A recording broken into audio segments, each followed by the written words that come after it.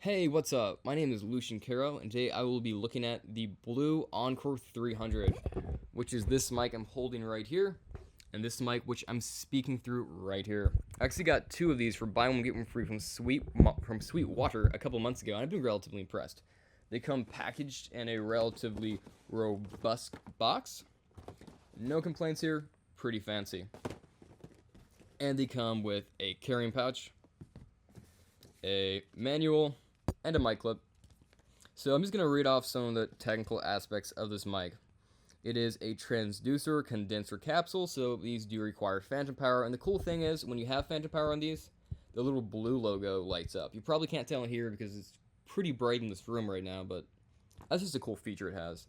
It has a cardier pickup pattern, which means it picks up most of the sound from the front. So if we talk off axis over here, it's not picking up the sound as well, which is good. That's something that you want.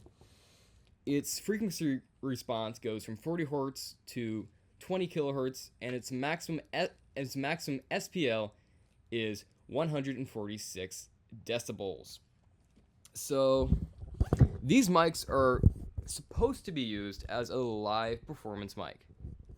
So they have a relatively low handling noise, and they do pretty okay with plosives, as well as they have really good, what at least I found, they have really good rejection from the sides when it comes to sound.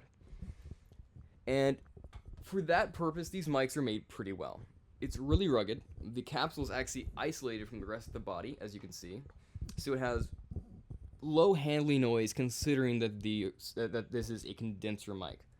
Just to give you a reference of how it's going to sound. So that's a handling noise. Not too bad. Not as good as like an SM58, but these are a condenser, and an SM58 is a dynamic mic, so these are a lot more sensitive. And I give you, as I said before, pretty good rejection from the side when it comes to, I'm talking over here, you can't hear it as well, so these aren't going to pick up all the other instruments on stage, and they handle plosives okay.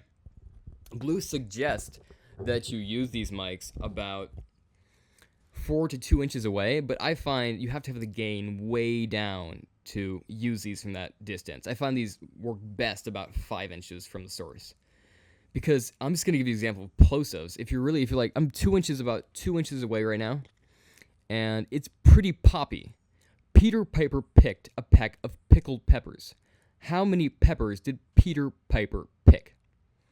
Again, I don't have headphones on right now, obviously, but it's poppy. It's a lot poppier than a dynamic mic would be, but then again, it's a lot more sensitive. So you just have to be really conscious of how you're pronouncing your P's and your B's and all of that.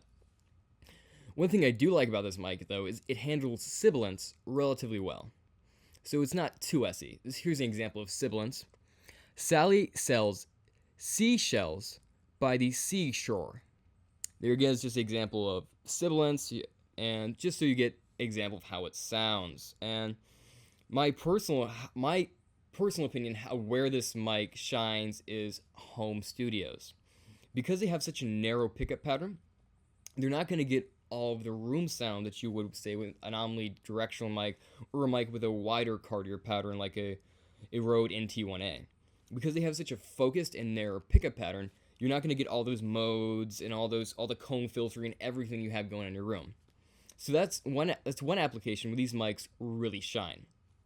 And I guess now I'm going to show you how it sounds with acoustic guitar pointed at the 12th fret roundabout and a bit less than a foot away. I'm going to play. I guess I'm going to do some finger picking stuff, then I'm going to do some strumming stuff and just give you guys an overall well-rounded perspective on how it sounds with acoustic guitar. Point that at the 12th fret, and here we go.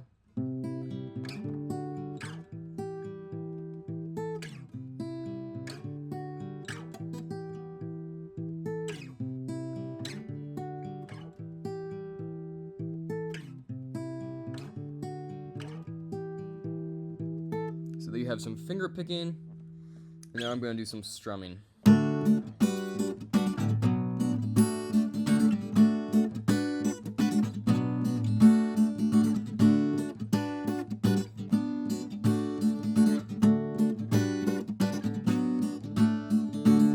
Strumming, and I guess what the heck? I'm just gonna give you some singing too. So I guess this is an actual practical application and how this mic would be used. Because this is what this mic is meant for, is singing. You can use it for acoustic guitar. I've tried it as drum overheads. It works okay as that. But singing is where this mic is supposed to shine. I'm just gonna sing a bit for you.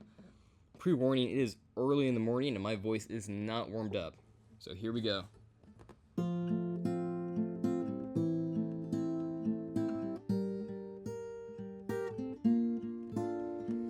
Opened up the paper at the news today. You spent your time sleeping while the muse was away. Too much time spent running, too little faith in what might be coming. So take me to the big house, give me some scars, take it all away, put me behind bars.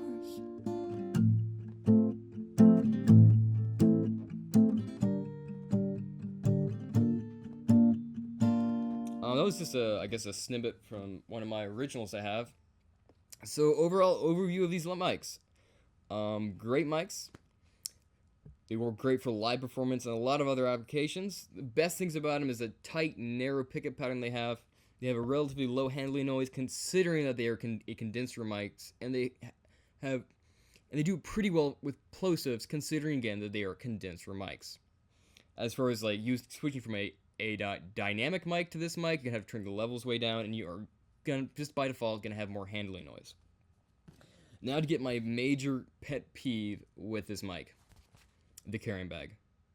I'm sorry, Blue. This thing looks amazing. It polishes the mic when it comes out and all that. It has all these great things about it, but it just doesn't work.